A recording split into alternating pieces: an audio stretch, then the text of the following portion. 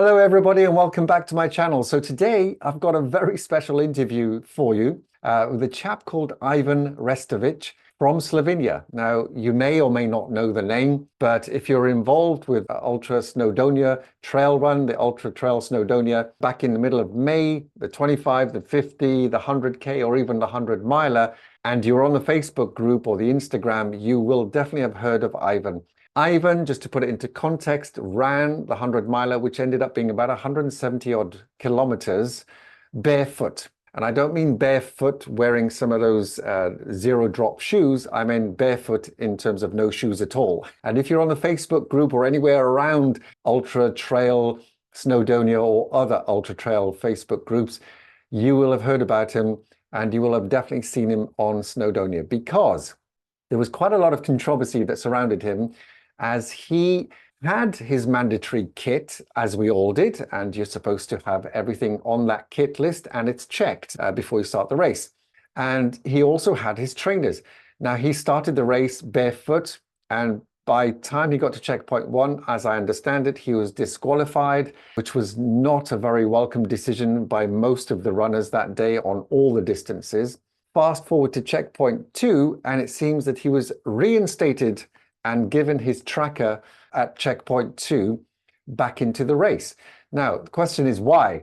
And it turns out that he wasn't being cheeky or tongue-in-cheek about it, but what had happened is he said, well, I've got part of the mandatory kit list was to basically have suitable and or appropriate footwear for trail runs, which he did have, but he had it in his backpack rather than on his feet.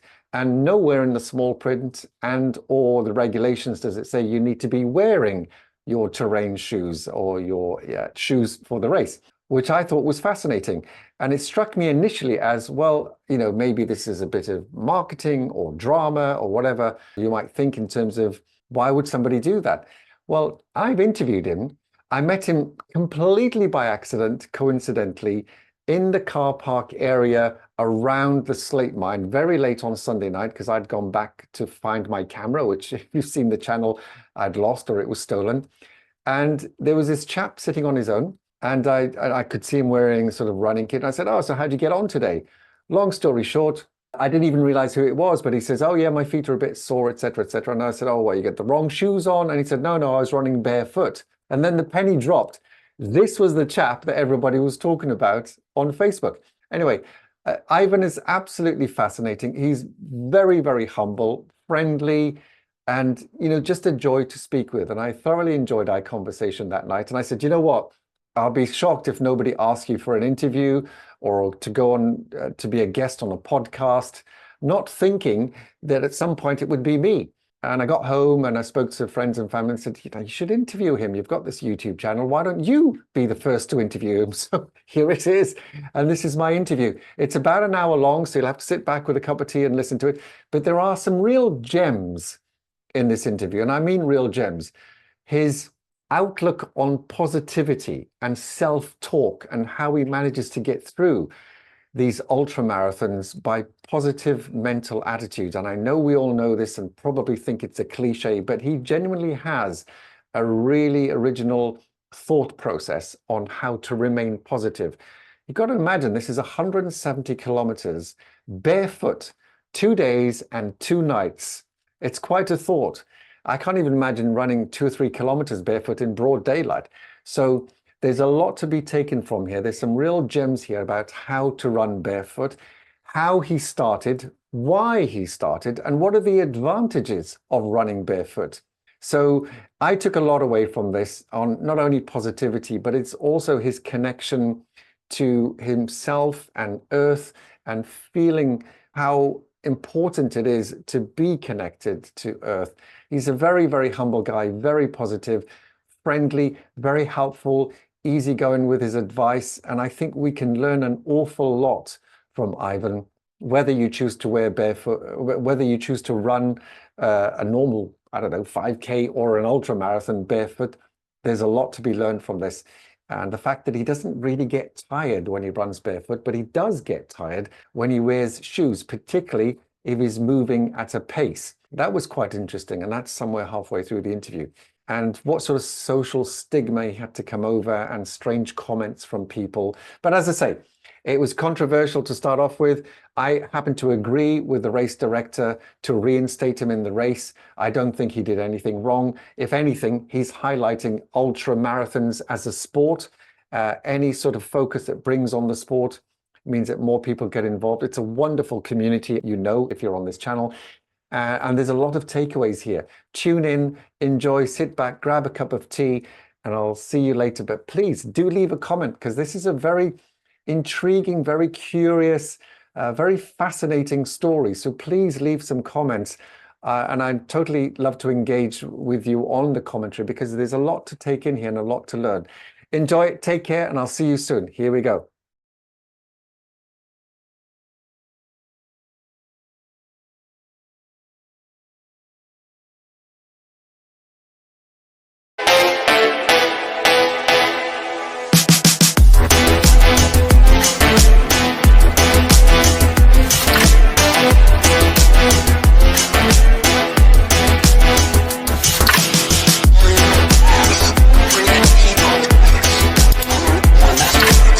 Hey! Oh, brilliant. Good to see you. How are you feeling? I'm okay. Yeah, good to see you again. The last time I saw you was in the car park at like almost 10 o'clock or midnight. Do you remember? Yeah, closely to. It's a crazy weekend, especially for you. We'll come on to that in a minute, but that was a fantastic weekend. Well, look, so you're feeling all right now. You've had, what, today is 2 weeks, I think, right? Is that right? 2 weeks today? Yeah, 2 weeks. It's 2 weeks. 2 weeks. And then in 2 weeks' time, I think you have Tenerife still to go, the Ultra. Yeah, Tenerife. It's a little bit shorter. Yeah, that's 4 weeks recovery. Do you think you'll be okay in 4 weeks recovery? Yes, I think so, because before Snowdonia, I had Istria 100 mile, and it's 1 month before that. So Yeah. It was okay. Actually, I was like, at another race after 100 miles of Istria, I had a 24-hour race, and I went with shoes to compete. Oh, And I won with a record. is that the Julian Alps in Slovenia? No, it's in Croatia. In It Croatia. was just 1 week after the Istria 100 mile. Good grief. And you won it after 100 miles 1 week earlier. Yeah, I won with the record. Oh, you got the track record as well. That's amazing. Well done. Well done. Fascinating, isn't it? So we'll come on to this in a minute. It's just fascinating. When I was speaking to you that night, you know, the hydration, the nutrition, and how many ultras you do per year and all this kind of stuff. It's totally fascinating. We'll definitely come back, because you've done a lot of races. And, you know, Snowdonia, I mean, definitely correct me if I'm wrong, but Snowdonia, you did 100 miles in about 44 hours. Istria was less elevation gain. I think you did 100 miles in about 43 hours, more or less. And Actually, it was the same. It was just about 10 minutes before 44. So almost similar. But just 10 minutes. Just 10 minutes over the same distance. So at least there's some consistency, right? Yeah, actually, in Istria, I took 4 hours of sleep for the second night. Oh, and yes. I didn't realize that. I had too much negativity in myself, and I couldn't handle it in the second night. So I needed to sleep. I'm improving, it seems. Well, I'm going to say, because 4 hours sleep, you did. I don't think you slept in Snowdonia, did you, if I remember? No. No. Yeah. Not at all. But with the difference with Istria, I think Istria was about 6,500 elevation, and in Snowdonia was almost 10,000, 9,500, 9,700 elevation. So it's a big difference. Yes, maybe that's those 4 hours, it seems. Yeah, it doesn't sound like a lot, but from 6,500 to 10,000, that's what we did on the 50K. It was 3,400 elevation. So it's almost like another mini ultra. Yes, it's actually, it seems that I proved a little bit. At least my mind, I think. Exactly. And to be honest, we'll come on to this as well. I mean, we were talking about normal road marathons. And when you think about the road marathon, you know, for me, at least at my age, I'm doing a road marathon in about 4 hours. But to cover the same distance on the 50K Ultra, for me, it was nearly 10 hours to do 42 kilometers. So the difference is almost, for me, at least 2.5 times the time for the same distance. Yeah, that's because of altitude and terrain. Exactly. Everything. Yeah. All Exactly. that, it's yeah. That's why I can't compare it. No, Exactly. And that was for me. I don't know if you remember when we spoke, this was my first ultra. And I was really quite shocked and amazed how much difference the altitude makes. The elevation makes all the difference. And then going back a little bit, in January, you did Corsa, I think 100K. And that was a good time in 30 hours, I think. Ah, you mean Corsa de la Bora? Yes. Yeah. That was actually a 100-miler as well, but in stages. Okay. 5 stages. In 5 stages. So it was was it a looped course? No, it was one direction from Ljubljana, the capital city, to the Trieste in Italy. Actually, it was Italian race, actually, but went through the Slovenia mostly. It was like about 30 or more kilometers per day stages. Wow.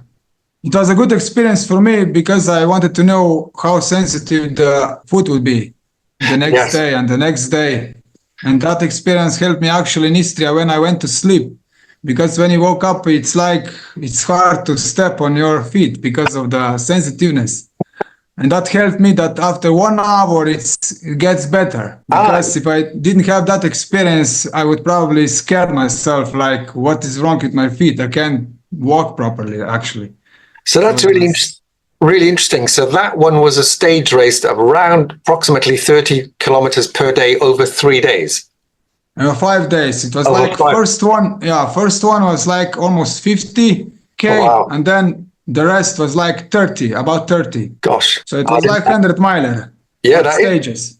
Exactly. That's quite a long way. Wow. And what did you complete? Was it a cumulative time or was it just over 5 days? I think it was every day was like 12 hours of limit. So you have time and you run by the GPS track. So you have time. That's okay. But it was in winter. So but luckily we have warm winter. That week was pretty warm. So I didn't have problems with feet because of that. And it was not snow. So it was quite easy. Yeah, and that must have been quite easy, but still very cold on the foot, I would imagine, yes? Just first day was closely to 0, but then it was like almost 10 degrees, 5 to 10. So it was just okay because I'm used to it as well. So it's not a challenge that much. Yeah, we'll come on to that. That's amazing. And then before that, I can see that you did the Julian Alps in I think that was Slovenia, right? That was the Slovenian part of the UTMB World Series. Slovenia has the Julian Alps as a part. Julian Alps. Here I went with shoes to compete for the UTMB, actually. Yes. To get the entrance. Interesting. Because I did wonder, because I'm looking at the list and your ranking's very high, obviously. But what was interesting about that one, most of them 43, 44 hours, something like that. This one for 100 miles, it looked like a 9,500 meters elevation, which is immense.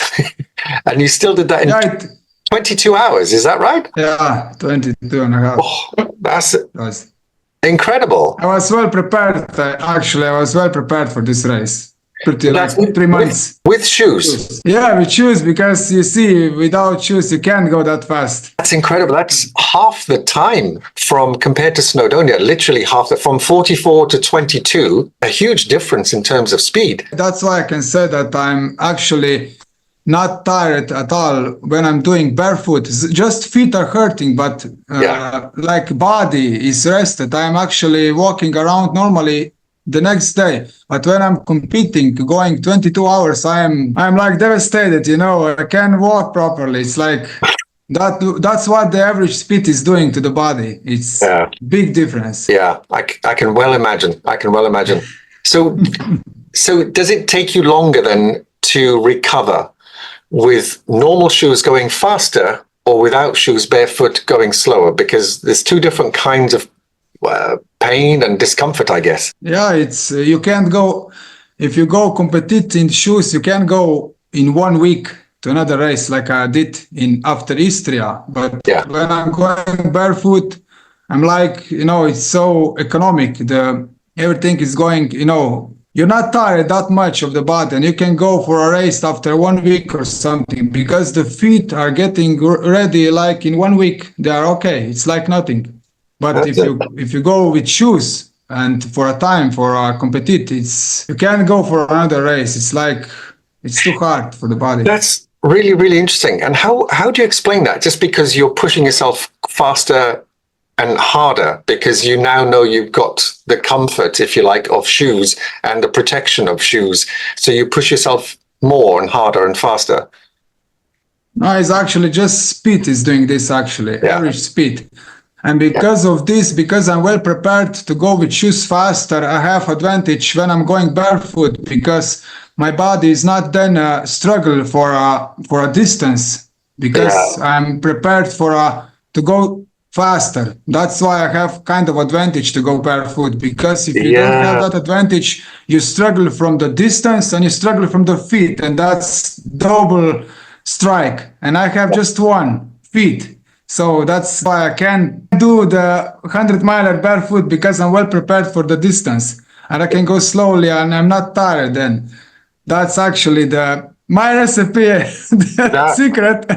Yeah. That is really interesting because, I mean, you're still coming in well under the cutoff. 48 hours is mostly the cutoff for these 100 miles, at least with the UTMB. Yeah.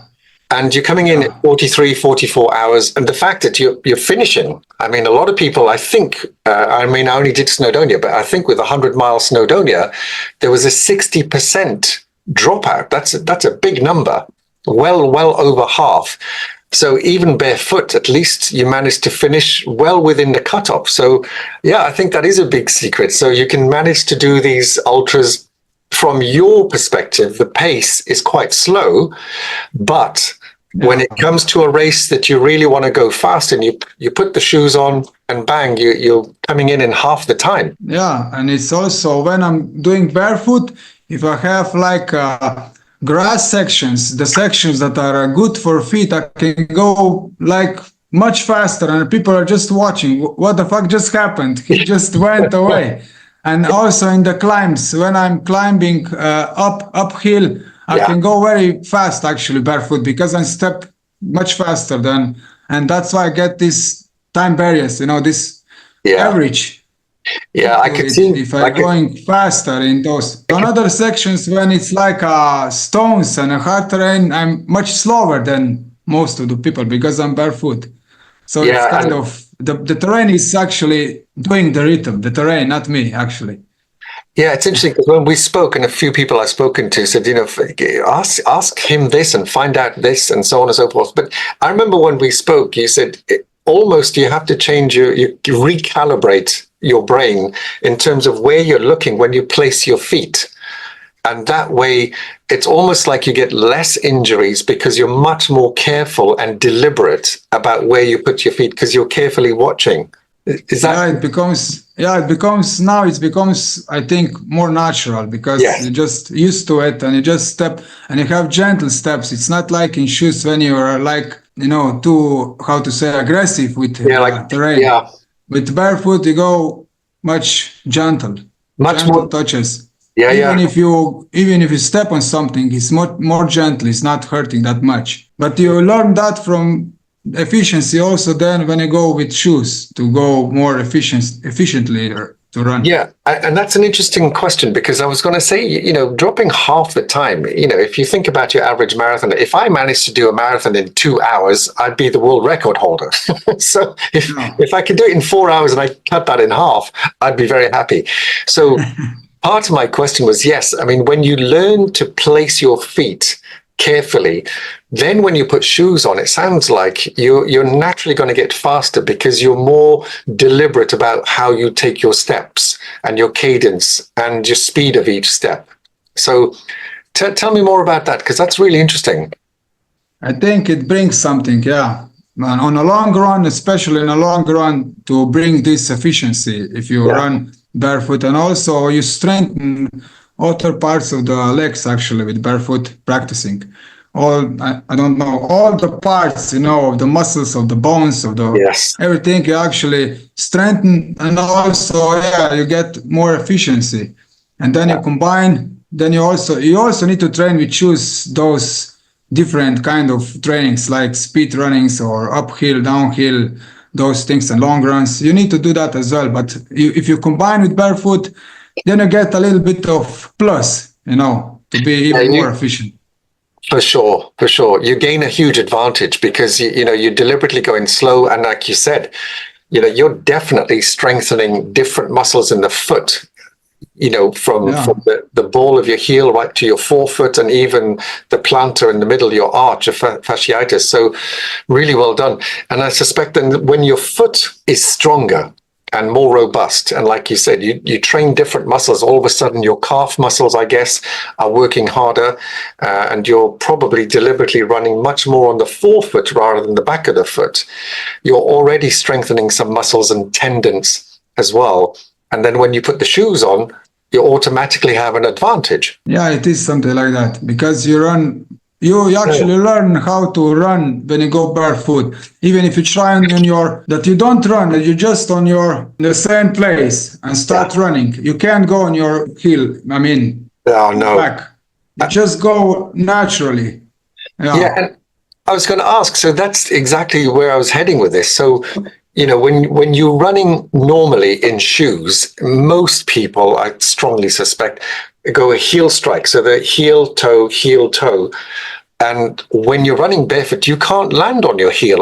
You must be landing on the forefoot or midfoot, I guess. It's like touching. It's like that you're touching. It's not actually touching, but it seems so because you're going like that. Yeah. With it's interesting. The shoes actually are designed that you can run properly because they're too big in the back and they force you to go in that way. On your heel, yes. On your heel. I agree. And when you look at all the latest shoes, and they cost a fortune, by the way, but when you look at all the latest shoes and they've got, 4 centimeters foam stack on the back, it makes you wonder how much feeling or senses you can sense from the earth or from the ground, because there's so much space between your foot and the ground. There's 4 centimeters, 3 centimeters, and then they drop very deliberately from the back to the front. Most of them have 4, 5, 6, 10 millimeter drop. It shapes your foot in a different direction, doesn't it? So you're forced, as you say, to land on your heel and roll off the front. And that way, you don't have the option of running on your forefoot because it would feel really strange in a shoe. Yeah, actually, I tried and I couldn't run. I can't run. And I look, actually, it's quite funny now for me when I see those Hoka shoes or something like that. It's funny to look them, how they're built. And I start laughing. I can't run with this. How can you run with this? How can you walk with this? Yeah, it's funny. And have you ever done a road marathon, Ivan, or just a normal road marathon, 42K? Yeah, like more than 10 years ago. And I've done them recently, but every time I do one road marathon, there's usually 4 or 5 people that are running barefoot.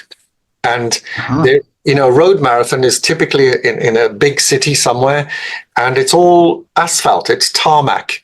And I do wonder how they get on. But I just wanted your thoughts on this, because if you're running on tarmac, like a road, compared to rocks, boulders, bog, swamp, grass, is it harder, do you think, to run a marathon on tarmac or harder to run on an ultra with lots of different terrain surface? It actually depends on the speed. If you go road marathon, depends on the speed. So it's just this fraction, how do you call it, fraction. Yeah, friction. Friction is happening. When you go faster, then you can get some blisters because it's too much. Go slower, I think it's just okay, because again you have this gentle landing. Even if there is a compact solid ground, you have this gentle landing. So it's okay if you go slow. But if you go faster, there is a friction. You can get some blisters actually. I think it is easier actually go road marathon, because there you need to have more focus as well and everything, because you go also uphill, downhill, and you have stones, you have sharp stones, you have this macadam, the gravel things. That is the most difficult when you have gravel, because there is no flat space it's just this gravel, and it's also friction. Yeah, I do remember you said I think you said it was your first time in Snowdonia, and you were just overcome and overwhelmed by the beauty of it and how spectacular it was, because I think you said it was your first time. But also the fact that it was your first time, you know, the slate mine where we started is obviously mining slates, which are typically very sharp stones and rocks. And did that bother you? Because, I mean, I guess you must be very careful where you step, but I mean, some of those slates are very typically sharp. So I guess you just train yourself to look out for danger. Yeah, it seems so. No, I just, every step I actually see where I'm stepping, like every step. Brilliant. It's like if you can see something like sharp or something, I don't step there, I step someplace else. But if there is just sharpness or just like gravel thing, then I go much slower and I help with my pulse and go gentle step and go much slower than normal walk. When I go past this, then I start my jogging again or something. Depends on the terrain. But if the terrain would be like 100 miles, just that, then I would probably need a week. You know, really that would be just, depends on the terrain. So maybe someday, maybe I will get surprised somewhere to get to the terrain that I would not manage in time limit maybe. But then I can put my shoes on and go faster. Well, we'll come on to that because you're carrying them in your backpack. So we know the controversy from the race director from Snowdonia, but we'll come back to that. But on that point, when you're placing your feet and you have to manage where you put your feet, etc., that's still difficult. But in the daytime, I guess you can do it. But in the nighttime, how do you do that? I mean, I know you got the torch, maybe even 2 torches, but still, it must be difficult to know where you're treading, unless you're on grass. But even on grass, you might have a pebble or a rock and bang, you know, you hit your toe or you hit your heel. I don't know. I've never done it. I was actually worrying about this as well. But when you at night out there, just with a little bit better lamp, I think. But when you're out there, you can see the same as in daylight, actually. It's not difficult, actually. It's the same. You can see your focus, your next step, the same as in daylight. But before I tried first time, I also thought about how it is, but it's the same. It's actually, you just need to have focus and good light, and that's it. I do recall on some of the Facebook posts, you know, because when everybody found out that you're running barefoot, there was a lot of controversy, not from the runners, but from the HQ and the race director and blah, blah, blah, and so on. But it was really interesting, wasn't it? I mean, I don't know if they thought you were kind of a joke or somebody looking for some drama or somebody looking for like exposure or something, I don't know. But what was interesting for me is when they looked into your past, all those runs that you've done already, many runs with barefoot, especially your ranking on the UTMB site. And then they decided after the first, I think it was the first checkpoint, they didn't want to give you the tracker. And then the second checkpoint, somewhere between the first and second checkpoint, they must have done, I guess, a little bit of research on you. And they said, okay, he seems to be a serious runner. Maybe we should just let him go. Yeah, it was something like that. Checked a little bit. They can see the good results and they can also see the barefoot experiences. So it combined, they somehow decided that I'm capable, that it's not a joke. And also I had a good argument because I have my mandatory equipment I have with me. So it's not says that you need to use them all the time. Like most part of the equipment that we have, we don't use it. We just use it when we need it. So most of the things you just carry, actually. And I carry the shoes, but I have bigger, so I had more weight, actually, compared to the others. That's true. You had more weight on. Yeah, that's true. Yeah. And what I really like was, I think you had the analogy of, look, I wear my head torch, but I carry it in my backpack because I don't need it during the day. And I think you used kind of the same example with your shoes. If I don't need them, I'm still carrying them, but I'm still carrying them, but I didn't need them. A bit like the torch during the daytime. Yeah, that's actually a good argument. I'm not violating anything, actually, because it's true. If you don't need, because if they would say like in those terms that you need shoes and you need to wear them all the time, then I probably not come. because if I would read that, exactly, then I would see they wanted me to wear them. So if they try to, if they start to doing that, I will probably stop being in the races. Well, and that's really interesting. It's really interesting, Ivan, because I mean, I'm reading between the lines here, and I spoke to other people as well, and I'm looking through some of the regulations and the rules now, since I met you, I'm looking through the regulations more carefully, because when you click the button online to register for a race, I normally just click the button and, next thing I know, you're at the start line and off you go. But now I'm looking through the small print, and you're right. It doesn't say you have to wear them. You just have to make sure that you have it as part of your mandatory kit list. So it's really interesting, because I think you may be changing the way people see these ultra marathons, because ultimately you've got a good history of running barefoot, a good successful history at a very fast speed for most people who run barefoot. And it's not a joke. You're doing it for other reasons, which we'll come on to. But now I think what you've done, Ivan, inadvertently or perhaps completely accidentally, is started to make race directors think that actually there's nothing wrong with this, especially when we get somebody who's a professional, and not only do they enjoy it, they're doing it for other reasons. And it's not for drama or a joke. They're doing it because they want to do it. So do you think, or do you anticipate that as you go through the year or maybe next year, you'll see maybe more barefoot runners on the UTMB races, any UTMB races, because you've inspired and motivated other people to maybe at least think about it? I don't think so. It's a so long process that even if a lot of people started just now, you need a couple of years, you need experience. You can't just go on 100 mile or 100K. So this will be like gradual process if they wanted to do it. So most of the races, even shorter races, still have in the rules shoes for equipment. Like yesterday, 20K, and I have them in my backpack because in the rules says that you need them. So I always have everything that you need to have. So with respect to the race director, always I have always everything that he wanted us to have, and I'm just carrying it. So it's a training, That's right. It's like when you're driving a car, you have to have your driving license. You never have to show it to the police or the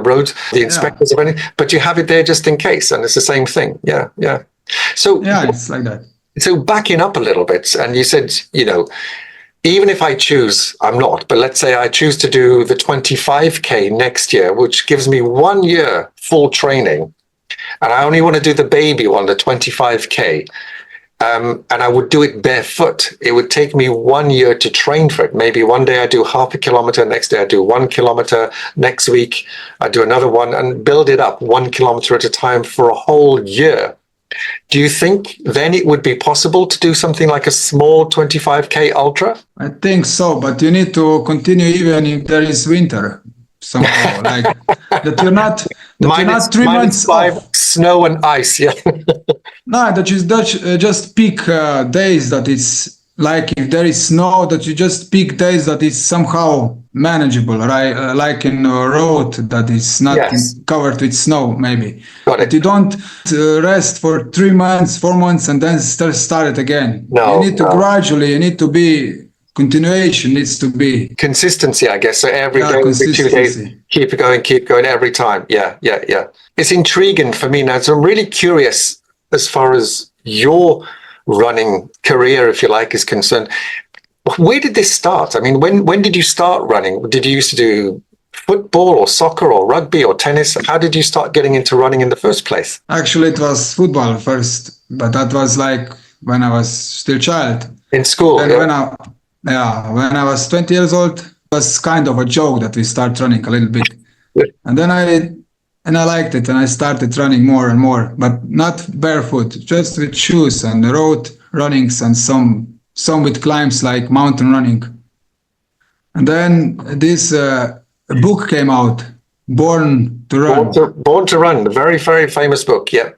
Yeah, it was like curious, about a lot of things, about the shoes, about no shoes, about long distances, about everything. It was curious, and I started exploring everything. And we have in Slovenia also kind of a group that they run barefoot, like 5K, 10K. And I was there like a couple of times, but I like to explore a little bit. But those years I was just like in my training, I want to do barefoot because of this strengthening of the outer parts and also this efficiency and those things. That's why I started actually a little bit of barefoot. The years came like in those years when Corona was like those years. 2020, yeah. I started also some trail runnings, and before that 2017 I also ran barefoot marathon, road marathon. I was just curious to done it, and I done it. Then after Corona, I started those trail runnings even in the winter because I was practicing Wim Hof as well. So I started in the winter in the snow, and it was funny. We spoke about Wim Hof, but I do remember the conversation. I actually saw him on stage 2018, I think. Totally fascinated because he played videos and he's running up mountains barefoot and he's diving underneath the ice cap and coming up the other side, just wearing shorts and then coming out and running on ice. And I was totally fascinated. But so maybe you draw some inspiration or motivation from him, or? Actually, it was just curiosity first. Yeah. Actually, in for that, going in the cold water and also barefoot running in the nature, actually, it was the feeling good was the main reason why I wanted more of this, because I felt good every time I did it, like a couple of hours trail running in the woods. I felt good, and I was wondering why I felt so good. I heard about grounding as well, but not that much. And then I watched this documentary movie, the grounding movie in the YouTube. They explain like scientifically what is happening when you're grounded. And then I see that's why I'm feeling better when I'm grounded actually. So I actually combined grounding and trail running, everything actually combined because it's fun and it's you can feel more, nature. If you go barefoot, you touch it actually, you feel more than with shoes. You're not isolated. And it felt better after. So that's the main reason. I do remember talking about this when we met at the slate mine, and it was really quite fascinating for me. So let's back up just a little bit then. The very, very first time inspired or motivated to go barefoot, I mean, what were your emotions? What were you thinking the first time you went barefoot? You took off your shoes, you're probably somewhere near the door and think, right, here we go. What was the just the first time, like more than 10 Did you do like 1 kilometer, 5 kilometers, 400 meters? What did you do? Just walk around the house? Or I don't know. I can't remember that exactly, to go, what was the first feeling. But it's actually, I think it's kind of a challenge for people. Even if you say them, they will say probably, yes, I will go barefoot, but it's also this block we have in society. Yeah. Just to put shoes off. We have this like in the nature, like in society, that you need to be with shoes. And if we need to get over this first, to just get off and then start it gradually, it's actually two challenges. Being barefoot then, and before being barefoot, to start being barefoot, to get over this block actually that we have in society. Overcome the mindset from your peer group, your social circle, your friends, your family. So because it's a response, it's always a response like, you're not with shoes. Hey, where's your shoes? Or it's like funny, or sometimes they're like a little bit of drama, like, you don't have shoes. How old were you when you first did your first barefoot run, jog, walk? That was like 20 or so. It's like almost 20 years ago, like 15 and something years ago. So you've got a lot of experience now, 15, 20 years running barefoot. And do you remember the reaction the very first time from your friends, family, siblings, parents? What did they say? What are you doing? Why are you doing this? Or was it just okay? Yeah, actually it was, maybe you heard about the highest mountain in Slovenia. I don't know if you heard. Triglav. It's almost 3,000 meter. It's almost 3,000 meter high. And first time that we got there on top, we went with my father and my ex-girlfriend and my little brother. Yeah. And with brother, we went barefoot. And father was like, you can't do it. You can't do it. What the people will think, something like that. Just you, or you and your brother went barefoot? both of us. You both went barefoot. Okay, yeah. Yeah. And then after we done it, the father was like, hey, he went barefoot. He was like happy, you know, proud. But before he was like, with this program, you know, you can't do it. You can't go. What the people will think, something like that. Really The people interesting. are also like funny comments or a little bit of drama, like, what are you doing here, like barefoot? You can't go barefoot. But funny one was like, oh, barefoot. Oh, It's interesting because sometimes we get confined or restricted or boxed in by society and what others will think about what we are doing. But, you know, when you break out of that restriction, break the chains, then you can experience something very different. And you've done this barefoot now 15, 20 years, and moving on to, you know, why you do it. You said, you know, you feel this sort of connection with nature. You feel this grounding, like you said, with the YouTube video, and you feel better. Can you express your feelings on that? This sort of gratitude, understanding, gratefulness that you have from the earth, from being in touch with nature. How does that feel? How does that manifest itself? Like, you can describe all of those positive words, actually, because it's like, maybe inner peace is the closest one, or gratefulness, feeling good, that you say, I just feel good, like, that you don't, you know, thinking like in words, because actually there are no words. You just describe something that is happening to you, but there is no words. It's just good vibration, actually. So it's kind of direct feeling when you are a couple of hours out there in the woods. You can just say it feels good, like just that simple. It's not like that you are like in total bliss, but you can say something like that sometimes, because if you start thinking more positively, you can get to there as well in some waves, you know, that you start crying because you're feeling so good. So it's like pretty intensive sometimes. So 100%. I mean, I agree with that. I've never run barefoot, and I'm not going to pretend at all, but I have obviously done marathons, and I do remember the very first marathon I ran, which was London Marathon 2023. And you get to the end, it's kind of a relief, gratitude, and a lot of emotions, because you get very emotional, because like, whoa, I just did that. And it's a funny feeling. And you can't describe it unless you're talking to somebody else who's done a marathon.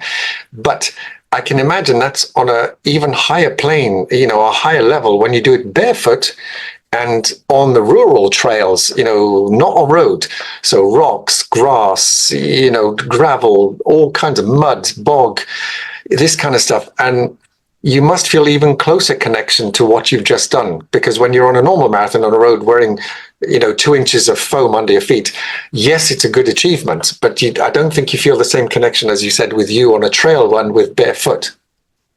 Yeah, because there you feel that when you finish, but here it's like between, even if you're out there, you can feel it, not just when you've done. Yes. You're out there and you're feeling it during the process. And you also have that feeling when you're out there for a couple of hours, you have that feeling that it's always like that you have this knowingness from, you know, history or something like that it's like always, like, how can you even wear shoes? You have that questions, like, because it's so natural when you know, that kind of stuff you have in your mind. How do you even wear something? It's so natural.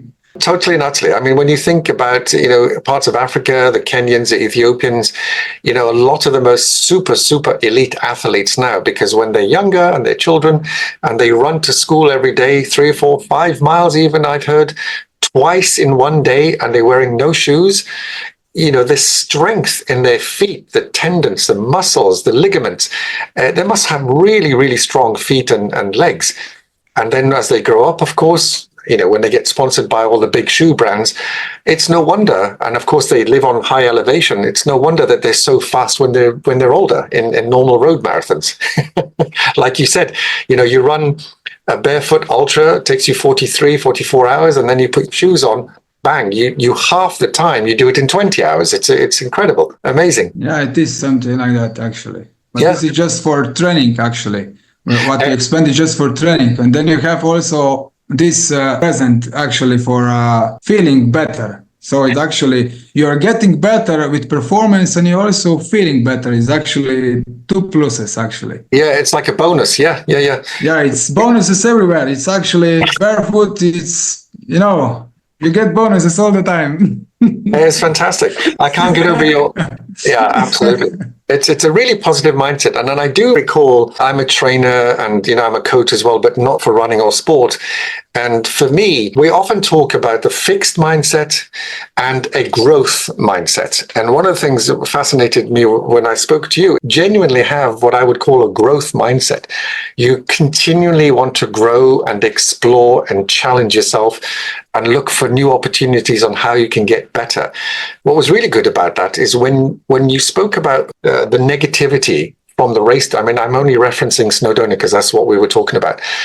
When you spoke about the negativity about, maybe I'm going to be disqualified and people are talking negative about me and they think maybe it's a joke or a drama or some description, what kept you going, if I understood you correctly and looking at some of the old Facebook posts, was that your inner mindset and positivity about what you say to yourself in terms of your emotions keeps your mood high, and your positive emotions drive you forward. So you're always searching for or looking for a thought that brings you some relief and positivity. And I was totally fascinated by that, because this is the sort of thing I train and coach in business, not in ultras. Yeah. But it's the same principle applies.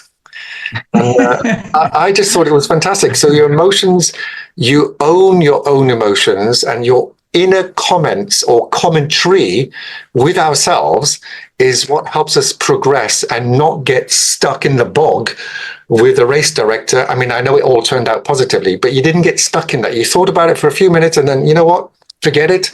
I'll move on, keep positive. And that's how you managed to finish. So talk me through that a little bit, even with your hallucinations and maybe psychedelic thought.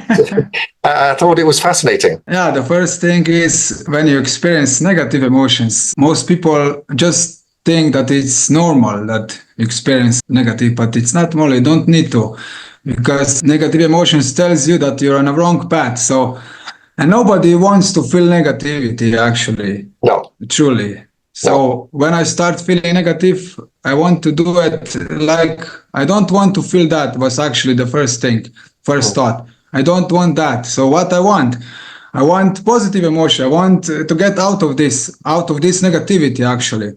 And then I was trying to find thoughts to feel relief, just a little bit relief, everything. Like those thoughts that I described was actually the examples. What I was trying to think that brings relief, not those negativity. Because if you don't do that, then you're stuck in the negativity and then it gets worse. It gets deeper and deeper and deeper, and then it's much harder to climb out.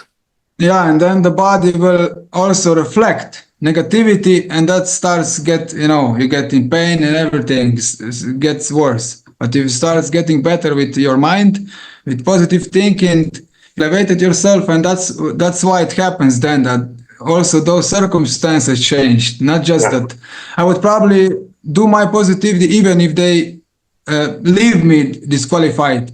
My task would be the same, to feel good, to experience the landscape with the joy and everything else, not to then, but that was just a bonus that I get back in the race. That was just bonus, because I already managed to reach positivity before I reached them. That's why, but I was a little bit surprised, but not that big, because I constantly know that that's what I was doing. So it can be different. So apply to everything, actually. This experience apply to everything in life, because emotions are actually guidance system, and you need to read it as like that, because every time you have negativity, you can say to yourself, I don't want that. And then you have a choice that you start thinking, that you just start searching for a thought, searching, that brings relief, and you go climb that ladder back. You can do every time.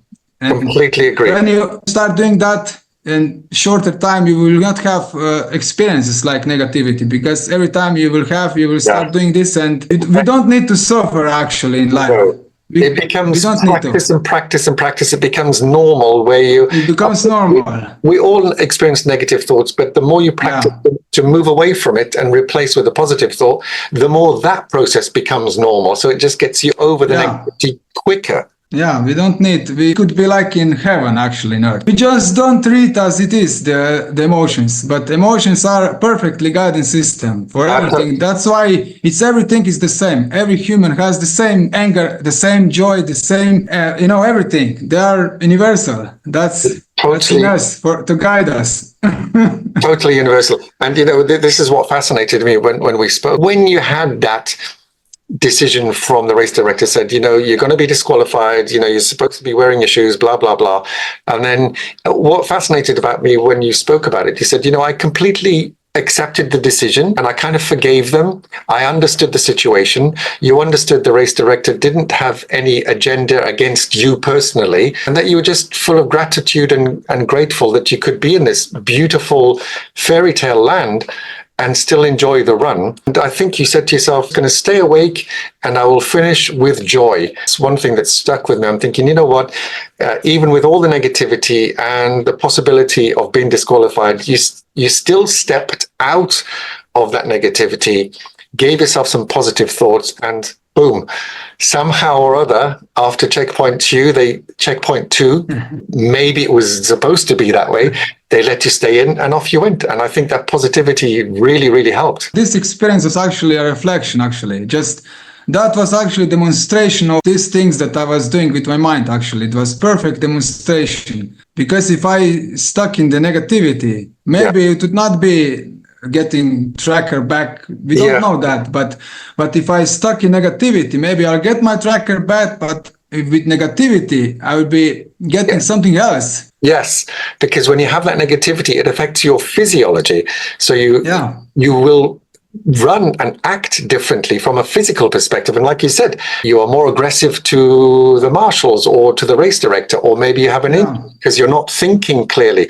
And so being positive has so many positive aspects to it. And like I said, I think it helps for all of us in life generally, but certainly when you're running an ultra, which is already very hard. My is 20-80 split, 80% mindset and psychology and thinking positively, and 20% your fitness and your ability to run. But if you spin that around and, you think that 80% is physical and 20% you wouldn't finish. So I totally agree with that, for sure. You can get all the action in the world, but if you miss the enthusiasm, you can't get enough action in the world to get it done. Correct. I 100% agree. And also for the next race or the next challenge in life, whatever it might be, in this case, it would be ultramarathons, for example, it gives you a thought process before you enter the next one. And if you're negatively coming off the last one, before you book into the next one, you already have some negativity before you even start and book onto the next one. So yes, I agree 100%. And it will affect the next one before you even start.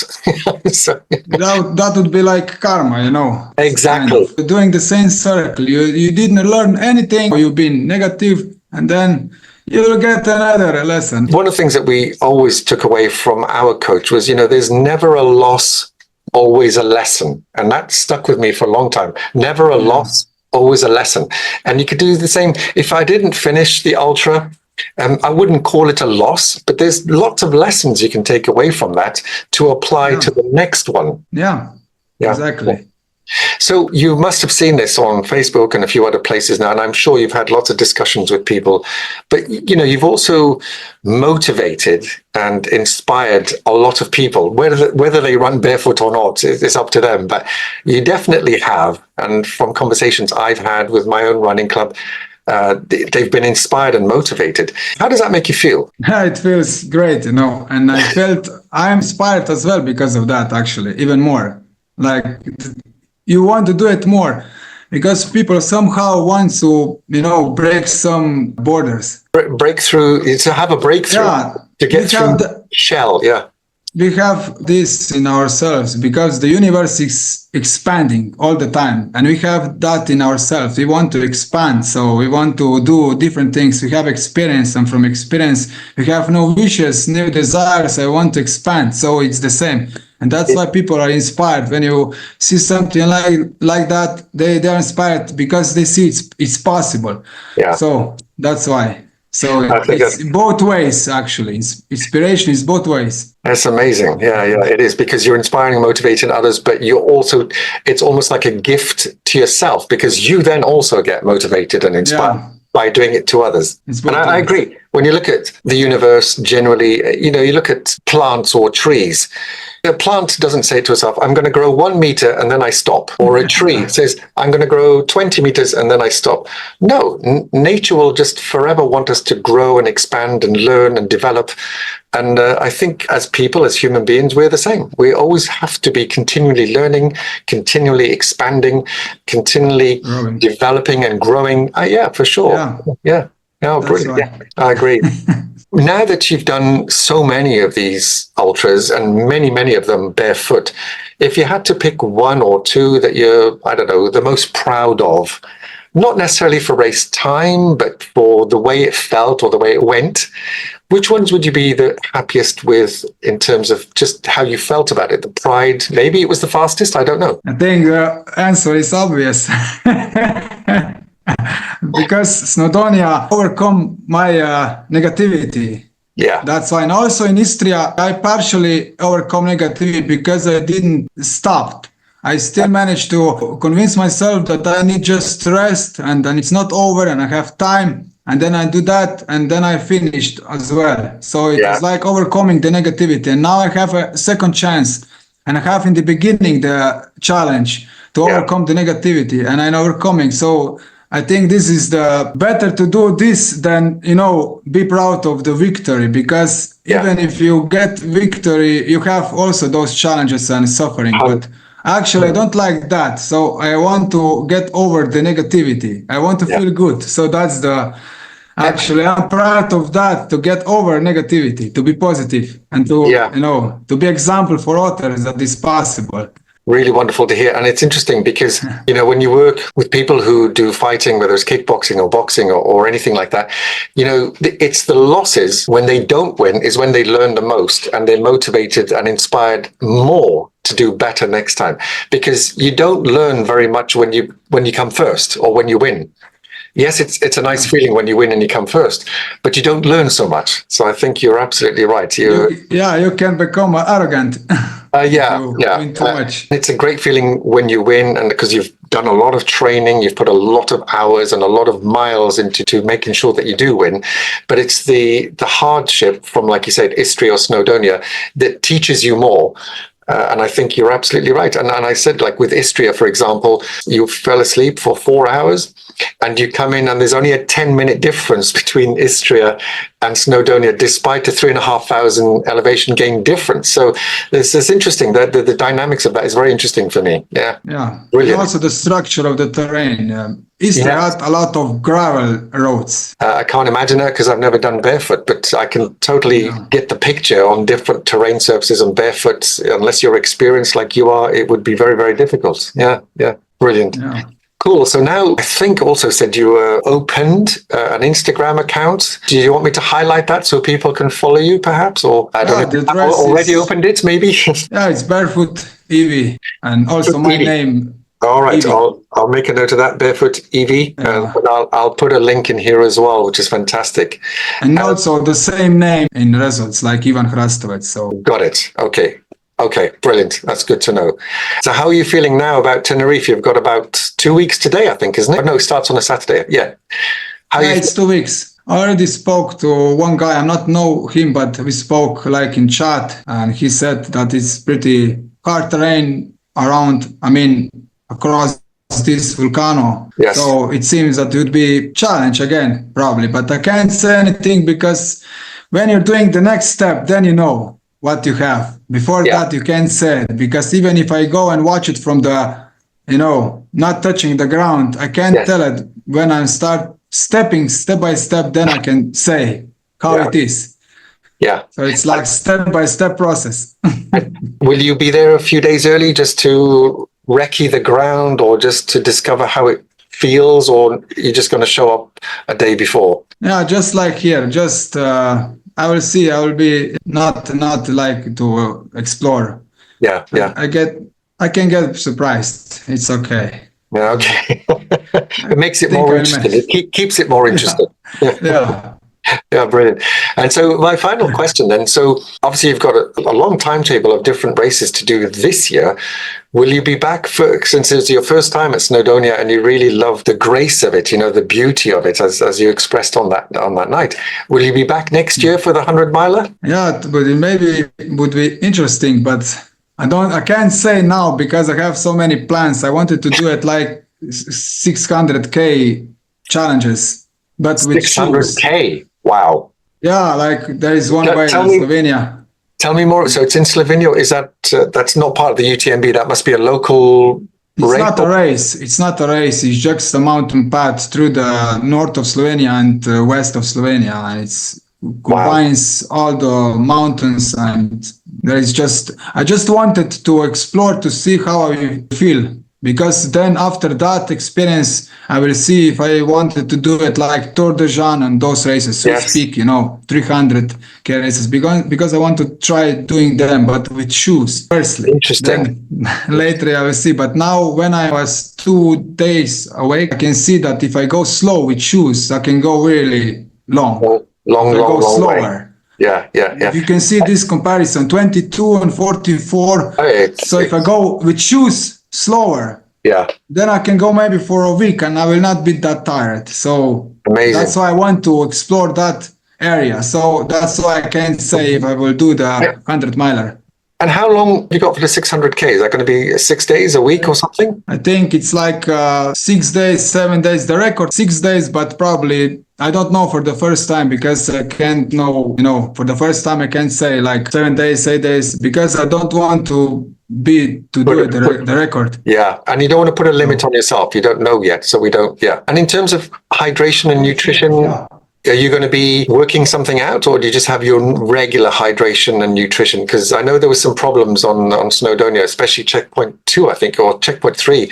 They may have run out of water, but for different reasons. How does that work for you? It's like the big trail community in Slovenia. So it's like when somebody goes that way, like that far, they are like joining. Every couple of kilometers is somebody joining, or in some areas when you come with car and they provide you with everything. You just need to announce before, and everyone is like in action to support you in some ways. Brilliant. And it's like I think you have enough support on the whole route. Yeah. Not support, not to worry about food. Fantastic. Yeah, maybe I have to come to Slovenia one day and do a small trail run. It sounds like a nice place to do it. Yeah. It's a lot of trails here. It's a small country, but we have really a lot of trails. Oh, fantastic. Okay, well, look, it's been an absolute pleasure speaking with you, Ivan. It's really, really a pleasure. And like I said, this mindset positivity is one thing that I will definitely take away from this. And I think that applies to everybody in life journey, never mind on the ultras. And I think you said like the motivational side, the inspirational side, it works both ways. It's like two-way traffic, isn't it? So you might be motivating others, but you're also helping yourself, which is wonderful. Thank you very much for taking the time today. We could probably chat forever. So it's always so much. So much to find out. But I'm more than happy to connect at some point when you've done maybe 3 or 4 others, and we'll have a chat about how those went. Maybe in like November, because I have all the races barefoot and with shoes done, and then it will be some material to talk.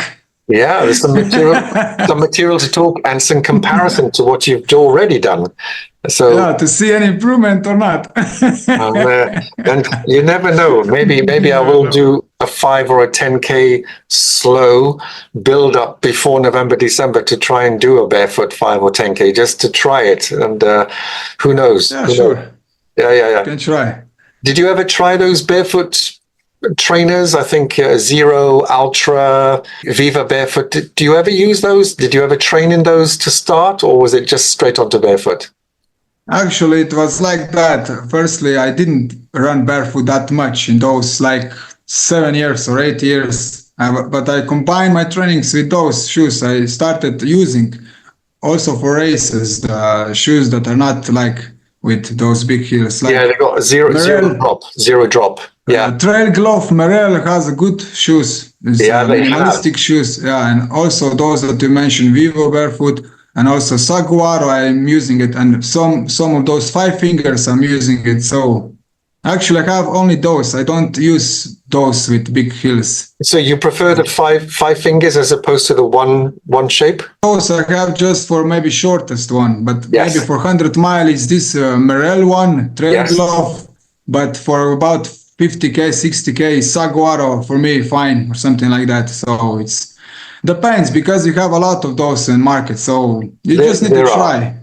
There are. But gradually, it's a gradual process because sometimes people want it too fast and they get injured because the leg is not used to it. So it's really interesting. I got a very good friend of mine who's a black belt in kickboxing, and when he runs, not when we're training, he runs in a Vivo Barefoot.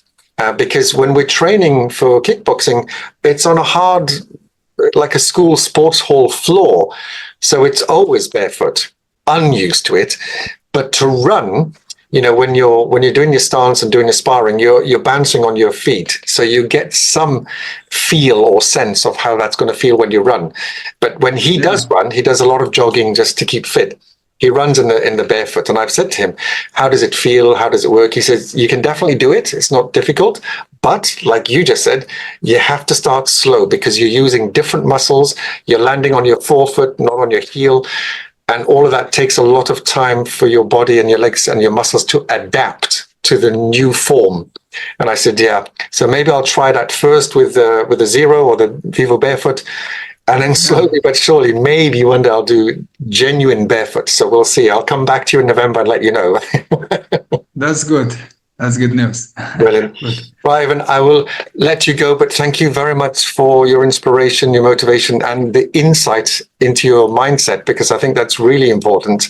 And I'm sure you'll inspire lots of other people, with or without shoes, because it's the mindset and positivity that really helps here. Yeah, this is the main thing, the positivity, not barefoot. Barefoot is just a catalyst for positivity. Barefoot is only a catalyst for motivation. I love it. Oh, brilliant, brilliant. All right, my friend. Listen, you take care of yourself. Really, really good luck with Tenerife. And I'll be watching the little dot on the screen. Thank you very much. All right. And I'll wish you good luck right now and best of luck with all your races. But we'll speak before the end of the year again. That sounds like a really good idea. Okay. Thank you to you too. All right, my friend. Take care. Have a lovely evening. Enjoy. You too. Bye. All right. Bye. Take care. Bye for now. Bye-bye.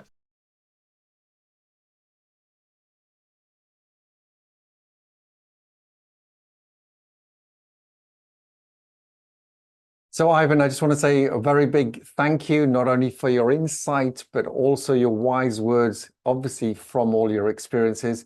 And thank you very much for your time. I really appreciate that. Thank you.